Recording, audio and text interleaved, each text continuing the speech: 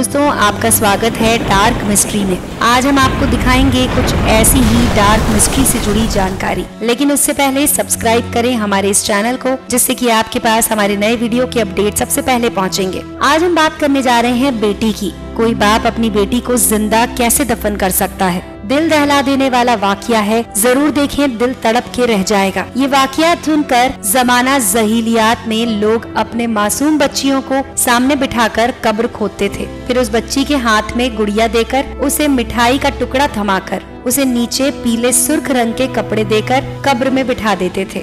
बच्ची उसे खेल समझती थी, वो कब्र में कपड़ों, मिठाई के टुकड़ों और गुड़िया के साथ खेलने लगती थी। फिर ये लोग अचानक उस खेलती, मुस्कुराती, खिलखिलाती बच्ची पर मिट्टी डालते थे। बच्ची शुरू में उस खेल को समझ नहीं पाती थी। जब रेत उसकी गर्दन तक पहुंच जाती तो वो घबराकर अपने वालिद, अपनी माँ को आवाजें देने लगती थी, लेकिन जालिम वालिद मिट्टी डालने की रफ्तार में इजाफा कर देता था। ये लोग उस घिनौने अमल के बाद वापस जाते थे तो उन मासूम बच्चियों की सिसकियाँ घरों के दरवाजे तक उनका पीछा करती थी, लेकिन उन जालिमों के दिलों पर ताले थे, उनके दिल नरम नहीं होते थे। बाज ऐसे लोग भी थे जिनसे इस्लाम कबूल करने से पहले माजी में ऐसी गलती हुई थी। एक ने वाकया सुनाया, मैं अपनी बेटी को कब्रिस्तान लेके जा रहा था। बच्ची ने मेरी उंगली पकड़ रखी थी। वो बाप के लम्स की वजह से खुश थी। वो सारा रास्ता अपनी तोतली जुबान में मुझसे बातें करती रही। वो मुझसे फरमाइशें भी करती रही और मैं सारा रास्ता उसे और उसकी फरमाइशों को बहलाता रहा। मैं उसे लेकर कब्रिस्तान पहुंचा।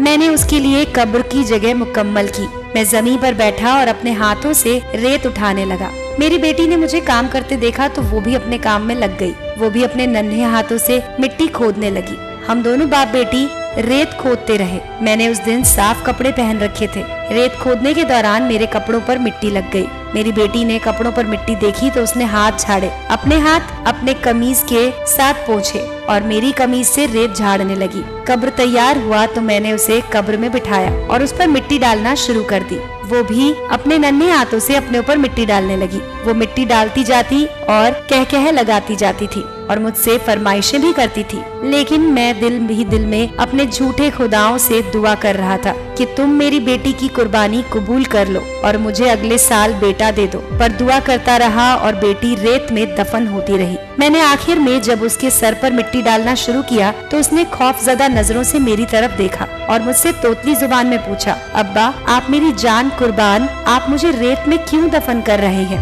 मैंने अपने दिल को पत्थर बना लिया और दोनों हाथों से कब्र पर तेजी से रेत फेंकने लगा। मेरी बेटी रोती रही, चीखती रही, दुहाइयां देती रही, लेकिन मैंने उसे रेत में जिंदा दफन कर दिया। ये नौकता था जहान रहमतुल्लिल आलमीन मोहम्मद का। जब जवाब दे गया, आपने हिचकियां बंद गई, दाढ़ी मुबारक आंसुओं से तर हो गई और आवाज हलक मुबारक में गोला बनकर फंसने लगी।